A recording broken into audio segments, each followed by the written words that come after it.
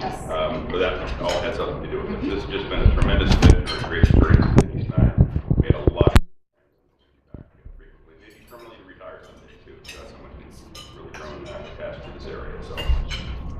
So the presentation today, I have to confess here that I kind of borrowed the presentation that I gave just a couple of weeks ago. The Washington Public Ports Association had their annual meeting in Seattle, and each year they asked for reports to give a report on what's happening with their port. So we were selected this year, so I'm kind of cannibalizing this report. I'm going to motor through some things that are pretty obvious to all of us, but it's a good framework for talking about what's happening at the port.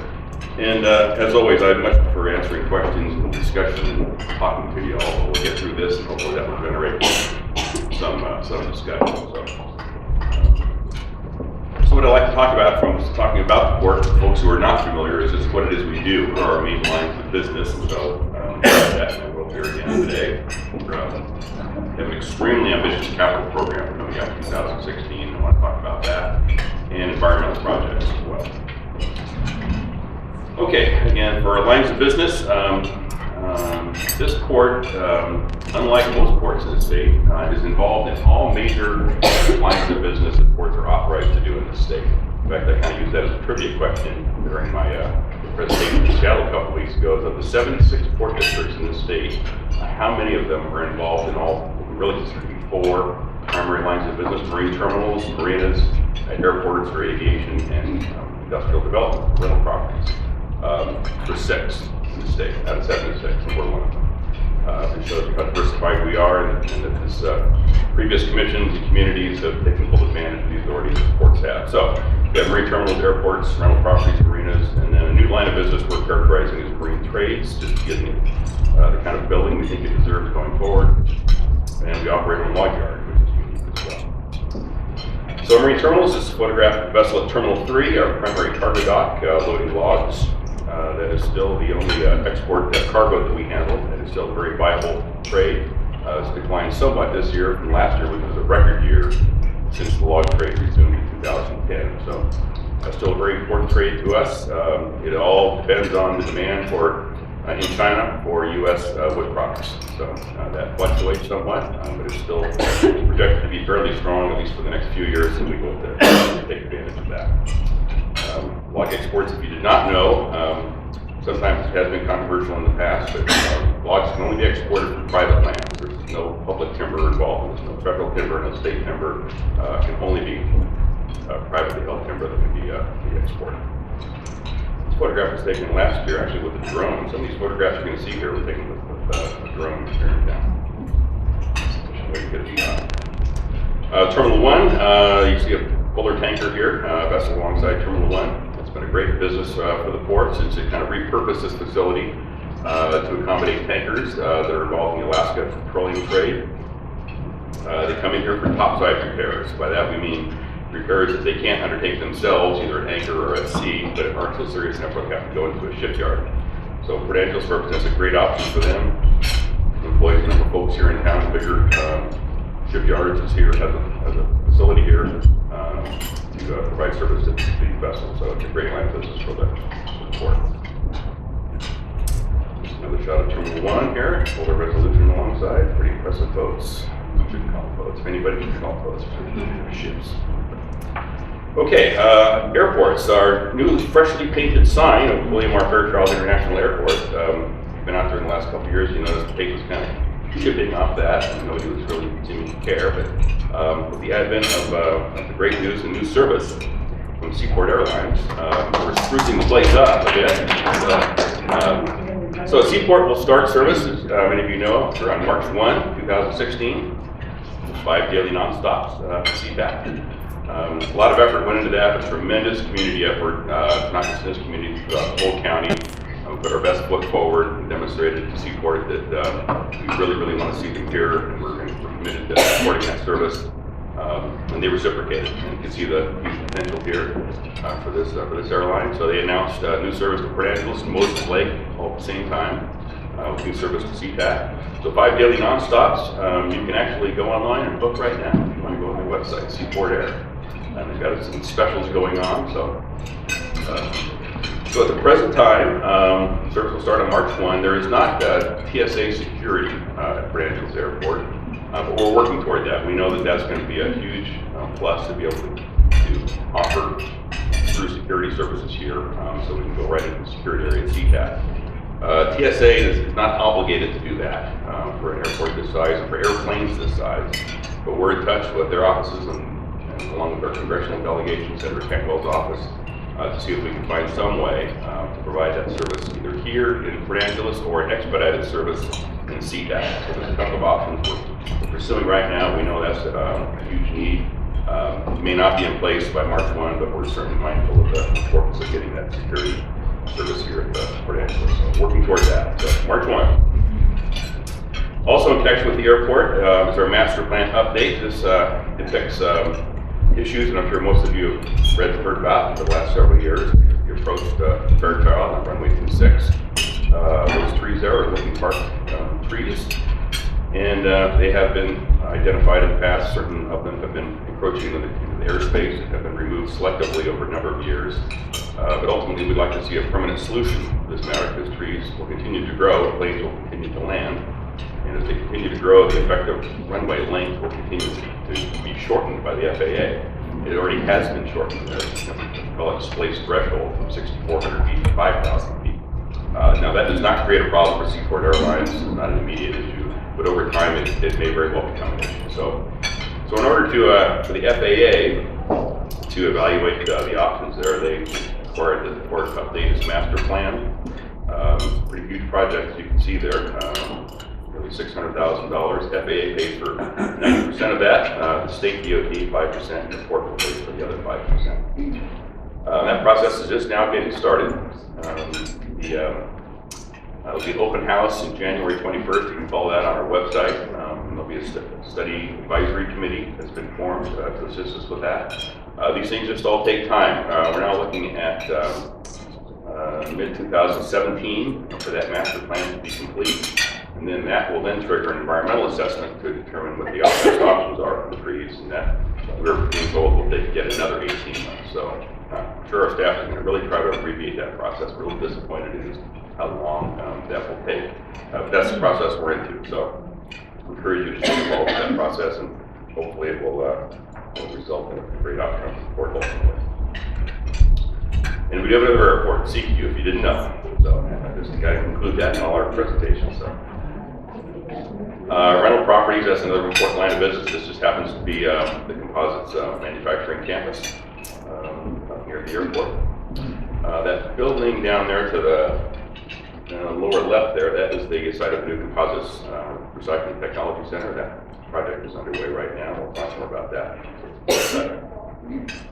The longer building up on top, that's Westport's cabinet plant. All their interior work is done for the Westport yachts. Probably they've read that we're going to be relocating that facility to the old Walmart building here in Port Angeles, so that facility will become available at some point next year. And it will be an opportunity for the port. We're sorry to lose Westport as a client or a tenant, but they're staying right here in the area, so hopefully we'll find another great tenant for that. And we have another, called the Airport Industrial Park, adjacent 28 acres for industries. Boat Haven. And all well known to most of you. One thing I might point out here, that old blue chip loader you see there in the upper left, it's been there for a long time, not doing anything for a long time, something of an eyesore perhaps. It's slated to come down next year, so we're going to hopefully get the right kind of water rate in here to be able to get that down. So that is, because it works for next year. And of course, John Wayne Marina, one of the greatest marinas in Puget Sound. Marine trades. So this is we're calling now a new line of business, even though we've been involved in this for some time, but we think it has such a huge potential, and it's so important to our prospects for the property that we're giving it that bill, marine trades. So our marine terminal director has taken on this portfolio. This happens to be a Westport yacht, of course, coming out of their third bay. And there's a Westport yacht being placed in the water there by a travel lift pier. And Platypus Marine is another important component of our marine trades industry. So So just in the course of evaluating what our prospects are, and certainly I've concluded this in my brief time here, there is no better prospect of industrial development and new employment in this area than is represented by this industry right here with marine trades. We can be extremely competitive given our proximity to the water, obviously. We don't need a railroad, we don't necessarily need highways or freeways to get to the area. And we have an existing trade here with existing craftsmen, and so we really see that as an opportunity. Coupled with just the growth in that industry. If you're familiar with the Alaskan fishing trade at all, that entire fleet is in need of what they refer to as recapitalization or replacing. That's all about 30 years old now. And so there's going to be a tremendous push to recapitalize the Alaskan fishing industry. And that'll happen largely in Puget Sound, and we hope to take advantage of that through either existing businesses or attracting new trades. So it's really promising right now. So, where do we intend to put all this new industry? At Cape Flight site.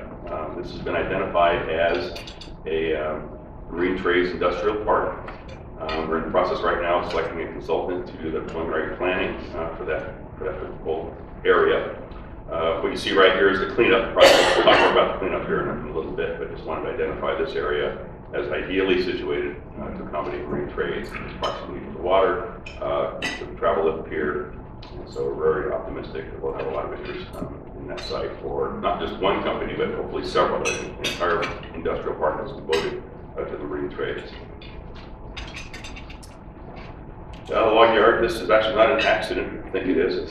This is how we put logs in the water. We have front-end loaders that we do rafting operations. So interesting operations. Log yard you see on the other side of the boat haven there. We handle some logs for export, but also for domestic. We, for example, handle hardwood logs coming over from Skagit County by barge and going up to PA hardwoods. We also handle fir logs going from Sierra Pacific over to their mill in Burlington. So that log yard helps support a number of local industries beyond just the export side. So interesting operation. And we also load logs for export into containers. And so this operation would be loading containers and being loaded aboard ships in Seattle or Tacoma. So just another market for our local timber producers. Okay, capital projects for next year. Talk about our Terminal 1 improvements, the West Boat Launch Ramp, Cape Flight site redevelopment, and the CRPC that you mentioned at the outset here. Okay, Terminal 1 improvements. This is not the most glamorous capital project, but very important. That Terminal 1 facility is where we berth the tankers that are here for repairs. That facility was built in 1927, so that's the first terminal built in the port. This is not uncommon. Most ports in the state, and the ones I came from as well, they were established in the 20s, and they have terminals that date back to that time. They were built extremely well, with tremendously sized timbers, but still showing its age and is in need of some renovations and some improvements to carry us into the next few decades. So very fortunate to obtain an Economic Development Administration grant from the federal government, $1.5 million, coupled with $3 million of our own. And that project is underway right now. So we'll be able to ensure that facility stays viable for a lot of years. Hope you're admiring the flower pots there out front. Those were put in when we started having cruise ships. And so we're about the selection of the flowers. I guess that's just responsibility. So very nice. I've never seen that in a marine terminal, by the way. As such. The West Boat Ramp, this contract was just awarded here last week as well. What we'll be doing there, we'll be replacing all those piling, and the ramp itself will be completely rebuilt with precast concrete panels and a much safer facility. Fortunate to receive a state grant, $300,000 coupled with our own funds. And the project came in at about $700,000, so our exposure may be limited to around $300,000. So that contract was just let. Work will start on that right away. A number of people ask about the floats, why they aren't there year round. It's because of the weather. We can't leave those floats in the wintertime. They get all beat up with the weather, so they have to come out. And so we refer folks, of course, to the ramp out on the book for the wintertime. Okay, this was a nice event here a few weeks ago where we dedicated or broke ground on the Composite Recycling Technology Center. Recognize a few faces there. Third from left there is Luke Robbins, President of the College, Congressman Kilmer, Governor Inslee, Commission President Jim Hallett, Jennifer States, our Director of Business Development there, with trouble kind of blocking her face. So this is a really unique undertaking, enterprise for Port to become involved in this. Although ports are doing more things like this, where they're kind of pushing the envelope a bit in their authorities to really set the table and try to make something happen in terms of creating new industry. I was at a Port Directors Conference in Walla Walla a few months ago. Went up and toured the Port of Columbia, if you don't know where that is. It's just up the road from Walla Walla. And they have a very unique space that they've created to promote new industries in agriculture and food related. Kind of makers space is what it's called. And this is what this is intended to do. We've kind of identified an opportunity and a niche here to recycle all the composite material that's not used in the aerospace industries in Seattle. This is all being landfilled today in tremendous quantities. And so those industries have a huge interest in seeing this get not landfilled, used for anything else. So we're going to have a good supply of recyclable material that can't be used in aerospace parts again, but it can have a number of other applications. So we're creating a space. We've established its own nonprofit corporation, which will be managing the center. Peninsula College will have a training center located within there. And we're going to have equipment and facilities and personnel there to identify opportunities in composite recycling. And hopefully that will generate ideas and industries to locate nearby. So really unique undertaking, and I'm excited to see that underway. And that contract is also left for the completion of that building. Just a shell right now. It was done by the port a few years ago for future industry. So they'll be completing that building now. Same contractor, by the way, is doing the build farm. Ron runs out of Aberdeen. Okay, this is the funding. We're very fortunate. Great kudos to the staff and congressional delegation for helping us with various funding. Another EDA grant. Actually, as a side note, I've been familiar with the Economic Development Administration throughout my entire career in the port industry. I've never even heard of a port actually getting one of those grants until I came here. I got the EDA grant for Terminal 1 and now $2 million for this. So kudos to the staff for putting that together. The State Clean Energy Fund is donating $1 million by a grant program to promote this. This is all related to identifying opportunities for clean energy. The county's Opportunity Fund, much appreciated, recognized the value here for $1 million grant out of the Opportunity Fund. And the board for $500,000. The board will be contributing additional operating funds to get it started. So again, really unique undertaking, and looking forward to how that shakes out in the future. That's the building as it appears today. The interior is of course not completed, and that's what we'll be getting done here in the next few months. So it'll be done around April, May timeframe. Okay, environmental projects. I really wanted to touch on this, mostly in connection with that port association I was mentioning, because it's a large topic amongst all the ports, is the importance of getting these projects done and how they're being funded. It's a real challenge for a lot of ports. We're under obligations to do some site cleanups. There's a state grant program that funds these cleanups, and that program that funds being depleted rather sharply. And so we're struggling a bit to how these projects are going to happen, but let me just touch on each one. Okay, the Cape Fly cleanup is the one that's furthest along and one of the most exciting and fun to work on. Total cost $7.5 million for the cleanup. At the time I made this presentation a few weeks ago, we had been advised that we had a $1.5 million state grant. That's MOTCA, that's the acronym of the state program. I was advised last Friday that number is now $240,000. So just like that, we had to cut back on the funding. So that balance will have to be made up by the port. We have other options that we're going to be pursuing through insurance and other responsible parties for that. So, but at the outset, the port is going to have to advance those funds. Of course, that's just a photograph of the staff coming down. Some of you were around for that, I'm sure. So there's the aerial photo, again, taken by a drone of the cleanup just a few weeks ago.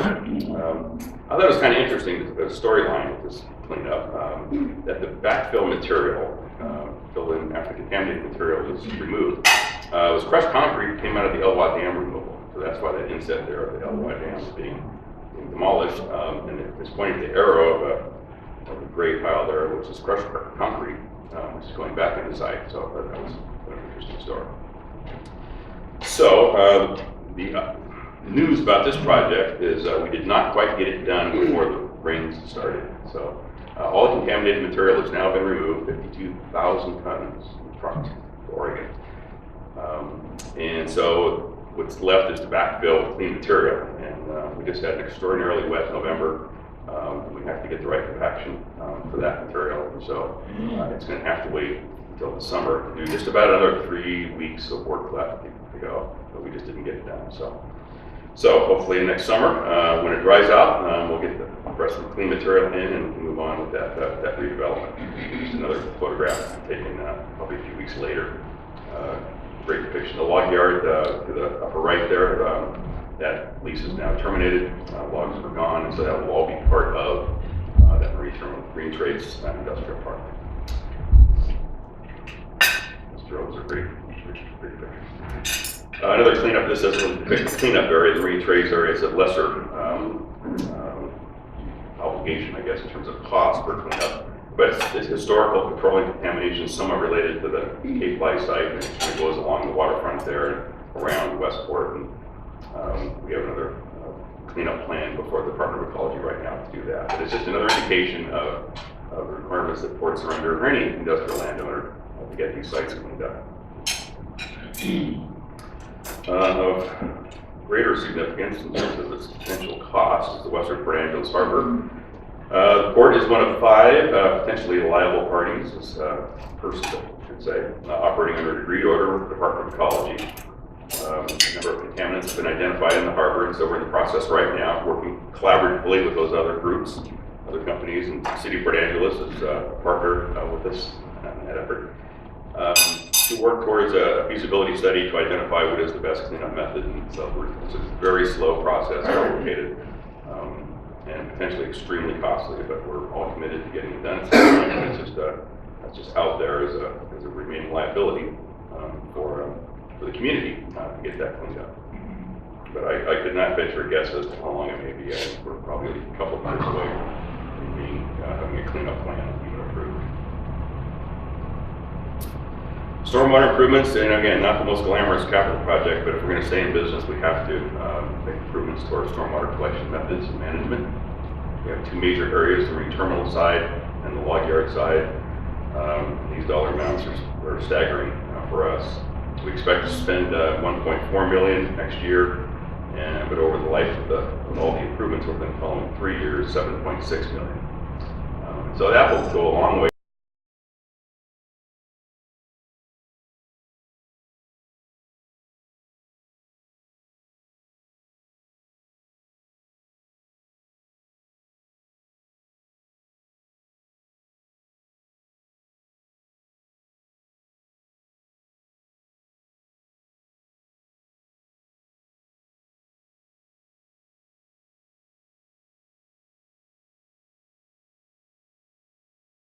Towards consuming the debt capacity and the capital capacity of the port for the next several years. But again, it's a requirement to stay in business.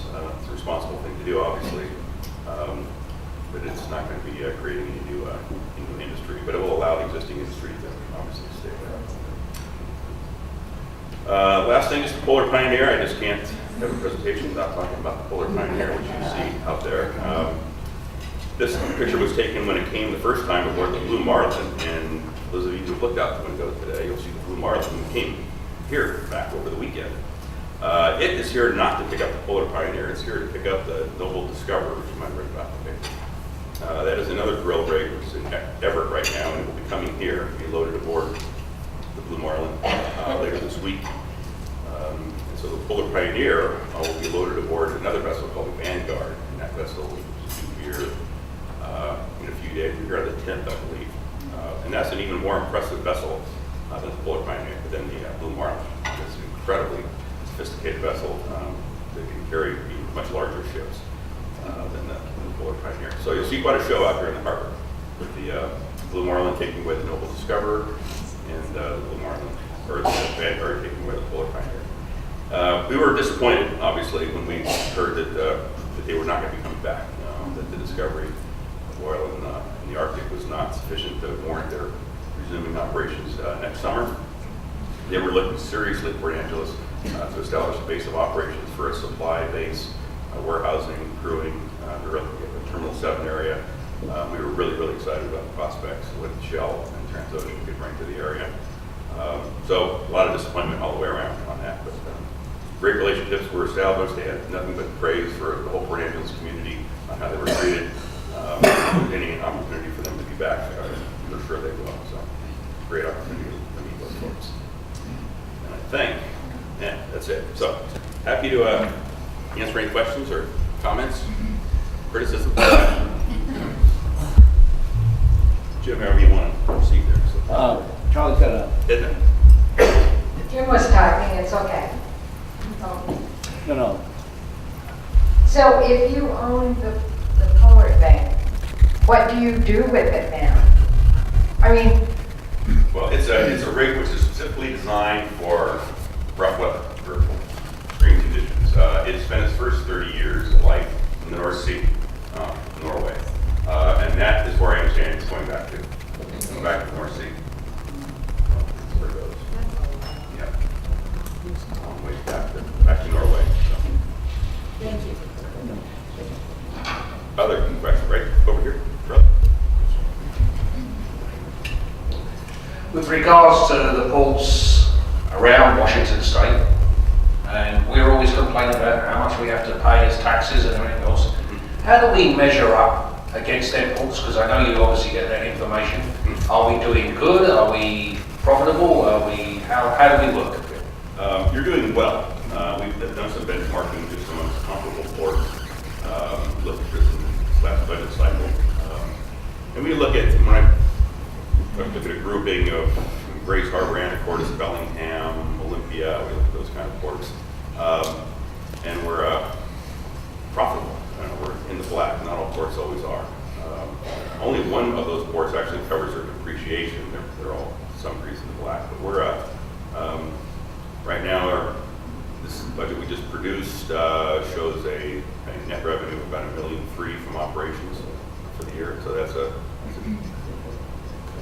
good outcome. Some ports do better. If you're a container port or have an international airport like Seattle, you're going to have a much bigger margin. And other ports that do not do as well. So it's a good mix of business. It's the right terminal side we have, and a good portfolio of rental property. But not to be taken for granted. That margin, I've been around this business long enough, that can change in a heartbeat. So you always have to be mindful of the next opportunity. And that's why that Marine Trades Industrial Park is so critical, that we get some stable revenue generated off that side.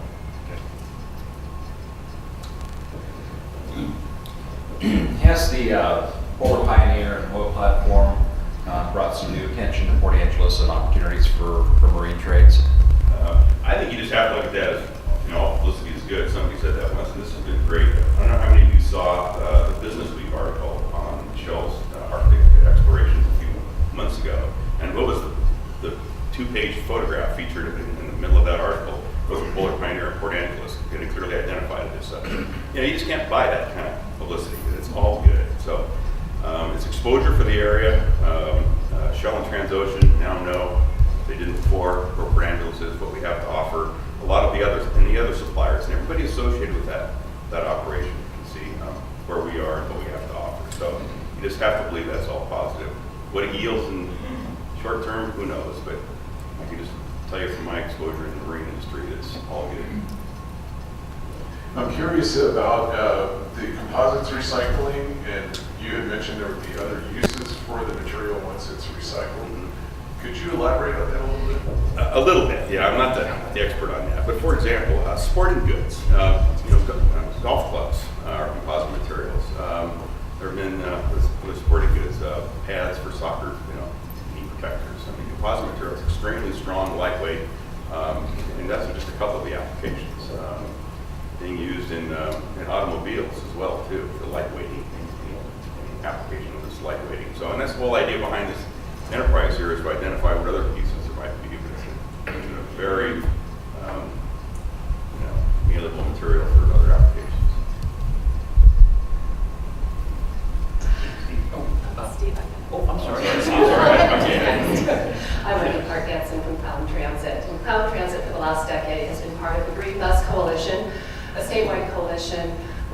partnership with Western Washington University to take composite fiber materials and make it into a small bus, the type of buses that we use to scamper around the community to let paratransit, disabled community on and off. And just that fuel savings is quite appealing for the purpose of that composite material. So I wanted to ask you if you were pursuing any manufacturers in the future. We just talked about the uses. I gave you one more use. Is there an active role for the port to find manufacturers to come to this community to shorten the transportation between getting these reused purpose materials to a new use? And that is the whole idea, is to attract manufacturers. And this advent of this enterprise of the CRTC has caught the attention of the entire composites industry. We've had staff attend the Composites World Trade Show, happens to be in Paris. And this development has attracted attention, has been featured in their publications, and a number of manufacturers have expressed interest. So it's great exposure. So we're in the right mode here to do some marketing with that. It's great exposure. So I'm expecting some out of that. We've heard that there may be some hurdles in the technology in terms of some of the recycling, that's the capability of recycling some of the materials, not just in the the scrap stuff and in the pre-preg stuff and in the other chemicals that go along that are waste products or unused products from larger composite users. So how high are the hurdles in terms of being able to be a viable and I guess how high are the technological hurdles at this point to being a full-on recycling facility? Well, again, I'm just enough to be dangerous on this subject. There have been some concerns about environmental issues associated with it, but those are really not well founded. I mean, this is for the material we're in. But that's part of the idea behind this facility, is to identify what those hurdles are. But we know that it can be done and is being done. And so the idea is to do some experimentation, some kind of R&D center to identify what those uses are and how big the hurdles are. But, based on the interest we're seeing from the industry, yeah, there's hurdles, obviously, but I think it's worth pursuing and worth contributing their material to see that it gets done. So it'll be really interesting to watch it unfold. That's what I think. Other questions? Any other thoughts? Andrew? Hey, Ken. He doesn't need a microphone. I don't need a microphone. As the outgoing executive director, maybe you're a little freer to talk politically. Ooh, I don't know about that. Ooh. We've seen in the newspaper discussion on having a work session for the commissioners as the executive director, and you've been in other ports. Do you have any comments or feelings on that? Well, work sessions are great. I wish we had more of them. I suppose that in my earlier work, but it didn't seem to take off on it. We're sitting around the table and having regular work sessions or as part of a regular meeting. I think that's great. The more information, the better, as far as that goes. The frequency of them is another matter. I mean, how frequently should they be done? Some talk of them being weekly, I think, or weekly meetings. I think that's would be taxing on them in a number of areas, not just the staff, but the public presenters. So I think that would be definitely an open question: is how frequently should they happen? They definitely should happen and can happen. I think that the framework, the timing of the schedule they have today. You bet. Okay. Well, again, thanks so much. This has been a great privilege to be up here, and I'm glad we had a chance to do it one last time. So, thanks again.